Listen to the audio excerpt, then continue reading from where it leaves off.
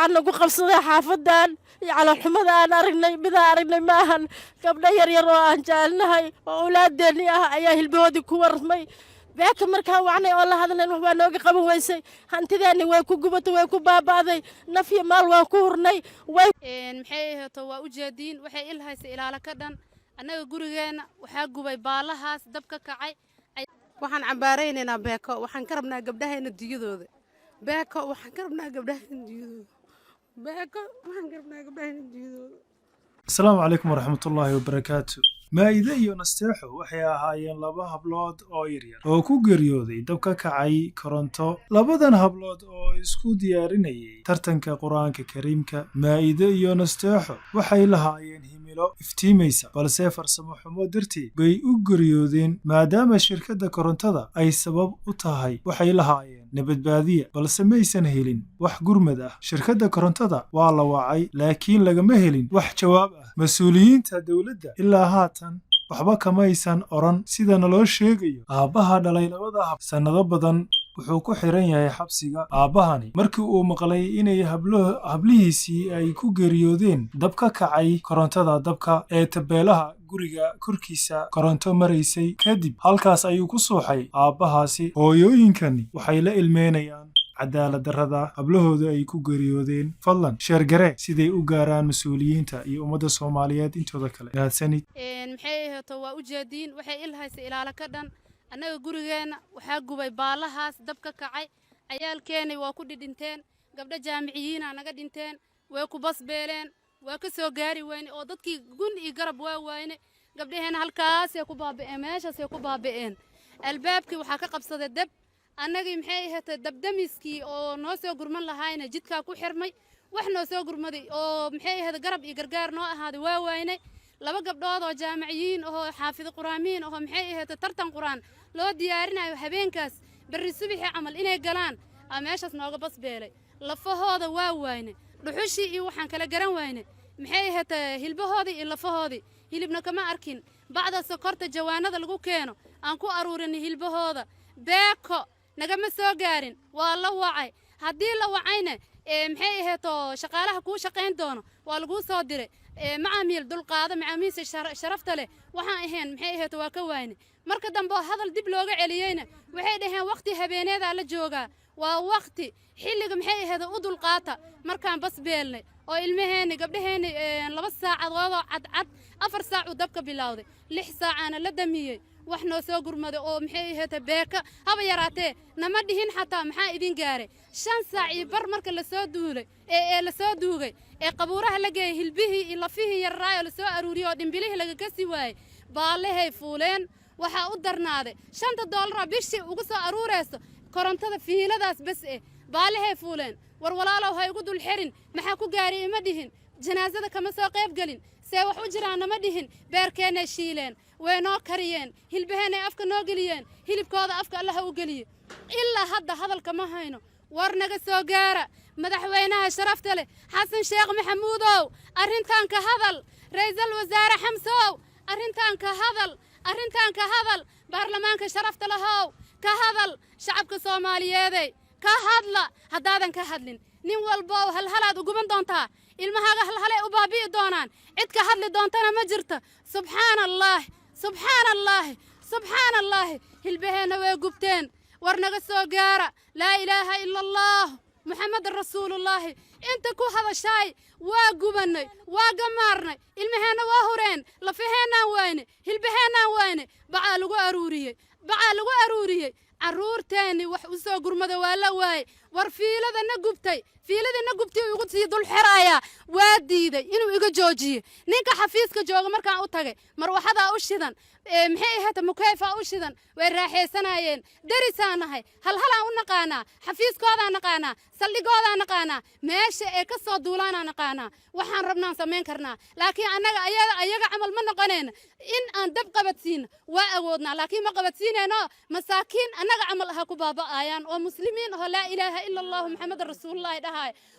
silaacan nagu qabsaday xaafadan iyo caloolxumada aan aragnay midaan aragnay maahan gabdho yaryar oo aan jecelnahay oo awlaadeennii ah ayaa hilbahoodii ku warmay beeka markaan wacnay oo la hadlayn waxbaa nooga qaban weysay hantideeni way ku gubatay way ku baaba'day naf iyo maal waan ku hurnay way nooga baaba'day single mother aan ahay xaas ma ihi caruur waxaan haystaa ilmo koris aan ahay hooyo madax bannaanaan ahay xoogsataa ilmaheena waxbarashadooda iyo tarbiyadooda iyo maxaan ku dhaha qutulyoonkooda raadsataan ahaa sida aan ku keenay iyo sida aan ku shaqaynaya ilaahay baa garanahaya marka aniga beeko xoolahaygii iyo hantidaydii iyo nafteennii iyo awlaadeennii intaba beeko daraaddeeda nagu sabsatay inkastoo ilaahay ajashiisii waqtigiisu ay qoran tahay oo ilaahay ajashiisu mid ay qoran ay tahay laakiin sababta waxa aan eersanayno oo hantideennina aan ku weynay naftii awlaadeennina aan ku weynay magaadeennina aan ku weynay waa beeko anaa guriga ka soo baxay maragii markhaatiya leeda deriska markhaatiga wixii islaan oo arkay markhaatiga ah wiilkayga yaraa dukaanka seexan jiray wuu soo cashaynaa wuu soo baxay markuu isagoo soo cashaynaya ayaa wiil yar oo deriska ah wiilka guriga degan dhalay albaabka ii soo garaacay habaryaree guriga dabaa ka kacay soo baxuu yidhi waan soo baxay markaan soo baxay iyadoo baaluhu ay ka socdaan rasaas ah waxaad moodid oo halcayso oo fiilooyin oo ku daadanaya guriga iyo dukaanka korkiisa ku kor daadanaya ayaan soo baxay markaan soo baxay wiilka dukaanku furay inuu galuu damcay waxaa idhi ha gelin ilmaha aadan ayaa iiga daran oo guriga ku xaraysan ilmuhu waa habaro hooyadood waa dhimatay aabbana waa ka maqnaa ilmo yaryaroo guri cilaa jooga oo gabdho yaryaroo ciidana looga tegay ahaayeen ilmihii aan waxaan galay inaan badbaado aan ayakii wax ka badbaadiyo intii aan maalkayga hantideeda aan badbaadin lahaa waxaa iga darnaatay ilmo yaryaroo saqiira oo guriga ku jira oo hooyana uu joogin aabbana uu joogin gabdho yaryaroo ardaya waxbarto guri ku dhex hurday ay joogeen ayaan waxaan nafteedu u biday oon u huray inaan ayakii wax ka badbaadiyo oon ilmihii la soo bixiyo saasaan hantideediina u waayey naftii maxaata ilmihii saqiiradaana meeshii aan ku soo bixin ilaahay subxaana watacaala u badbaadiyey laakiin aan dadaal ayakii aan u qabanay maal kale nooma baaqan hanti kale nooma badbaadin gabdhahan yararkaana markay soo baxeen waa saseen meel kasta dabkiyaa ka soo galay gargaar iyo gurmadna ma aan helin gabdhihii guriga gadaal loogu noqdeen dabkiyaa meel walba ka soo gal meel laga bixiy meel laga badbaadin waa la waayey sababta waxa aana waa beeko cilad annaka fiilooyinka noogu jira ka timid ma ahan barays kama imaan jaajar kama imaan gurigeena dhexdiisa dabku kama dhalan wuxuu ka soo degay baalaha aniga markhaatiya ilaahay baa iga markhaatiya islaamka ilaah gabar mooto wadato jidka maraysay waxay tiri baalaha rasaasi xabadaha waxaa ka dhacaya maxay dabaa ka firdhanaya waryaha islaamna cidaha guryaha u garaaca war dabaa ka socda qayladeedii gabadhii wiilka qayladiisna isku maray ahaayeen markaan soo baxana baalaha holca ilaahay baan markhaatiga ah muslimiinta intii muslimiina dal iyo daba joogta waxaan ka codsanaynaa oo codsigeena u dhiibanaynaa dhibaatada iyo geerida naxdinta leh oo gabdhaha hilbahooda lagu aruuriyey oo indhaheena aan saarnay oo caloolxumadooda ilaahay hadda aan wax qabsan laanahay iyo musalafka aan ku musalafnay xoolo islaameed oo dayn oon soo qaatay ilmo ku kornaa hooyo ilmo korsanayso ayaan ahaa oo walaalihii wala midna iga korray aysan jirnin iyo waalid midna oon ilmahay ku xamaalinhayay meeshaas aan ku dafbeelnay oo ku weynay wiilkan walaalkeena awlaadiisii meeshaas ay ku baabaaday waxaan muslimiinta iyo dadka muslimiinta iyo caalamkii intii wax garato islaam aan gaarsiinaynaa dhibkaas la soo gaaray inay waxna nagala qabtaan waxaan cambaaraynaynaa beeko waxaan ka rabnaa gabdhahayna diyadooda beeko waxaan ka rabnaa gabdhahayna diyadooda beeko waxaan ka rabnaa gabdhahayna diyadooda waxaan ka rabnaa gabdhahayna diyadooda beeko wallaahi inaanu cafinaynin gabdhahayna diyadooda beeko meel ha saarto beeko gabdhahayna diyadooda meel ha saarto inaa lilaahi inaa ilaahi gabdha qaaliyaa naga baxay aada u qaracsanaa ilaa hadda badar xataa cunto xataa waa cuni weyne subxaan allah beeka waxaan ka rabnaa gabdhahayna diyadooda meel ha soo saarto gabdhahayna cunto maa la diyo waa la helaa laakiin gabdhahayna meeshaasay ku gubteen beekaa gubtay waa taasoo maalmada meeshay dab ka kacay subxaan allah ilaa hadda kama hayno wax tacsiye ah iyo say waxdiin gaareen kama hayno annagoo meydkayna aan weli la aasinay intii imaadeen ay baalmadooda xirteen beeka aad iyo aad aan ugu xumaan waxaan dhihi lahaa ummadda soomaaliyeed qof kasta oo beeka ugu jirto ha iska bixiso beeko waxaa weeyaan horta nasteexa macalla aadan ibraahim haddii alla idmaayo waxay ahayd gabar aan abti u ahay ilaahay ha u naxariisto ciyaalka gabadhii haysi waaye aabbaheedna 5 sano ka hor 5 sano ayaa maciishaas uu ku xiran yahay xabsiga dhexe diyadiina waa laga dhiibay dad qaraabo oo isdiliyay ay ahaayeen labada nin diyadii waa laga dhiibay dadkii ehelka ahay oo qaraabada ahay iyo annaga waa heshiinay asagoo xabsiga ku jiro markii ay maamadii guriga iga dhimatay gabar yaraa ii yareed oo 1 sano jir ah markaasaa wuxuu yidhi asagoo xabsiga joogo nasteexa macalla aadan inay gabar la yidhaahdo oo aniga aan dhali ikhlaas aadan cabdi inay hayso oo abtigeed dugsiga laga soo bixiyey anigoo abtigeed ah ayuu xabsiga ka soo yidhi dugsiga laga soo saaro waxay baranaysaa laga soo saaro gabadhaas ha hayso waxa meesha hadda maanta ku waayey waxay tahay nasteexa macalan aadan oo walaalkay uu dhalay abtina aan u ahay oo maantana uu isagana xabsiga dhexe uu ku xidhan yahay 2 sano ka horna aan diyada ka dhiibnay oo nala yidhi hataa lacagta miiska saara $40,000 aan hal mar miiska saarnay oo dadkii ehelka ahay aan ku wareejinay xildhibaanada waa u tagnay wixii macnaha na matalayay oo dhan waa u tagnay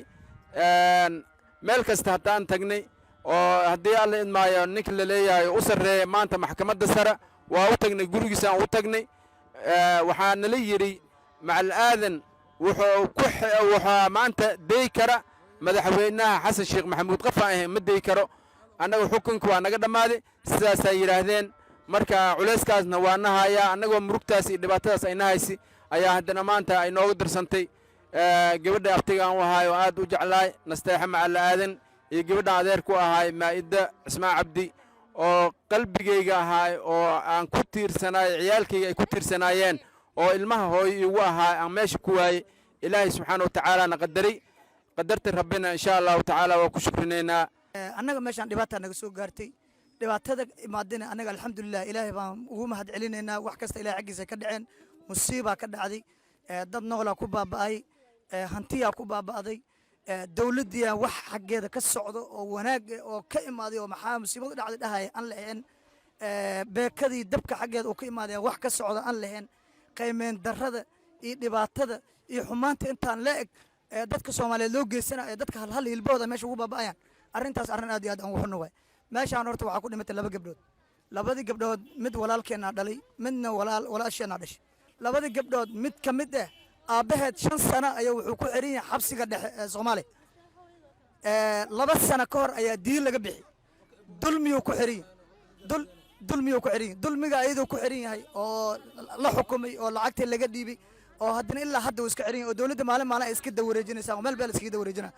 oo wasiirro loo tago oo xildhibaan loo tago oo meel kasta ay ka dawareejinayaan ninkii xabsiga ku xiran yahay xumadaas uu xiran yahay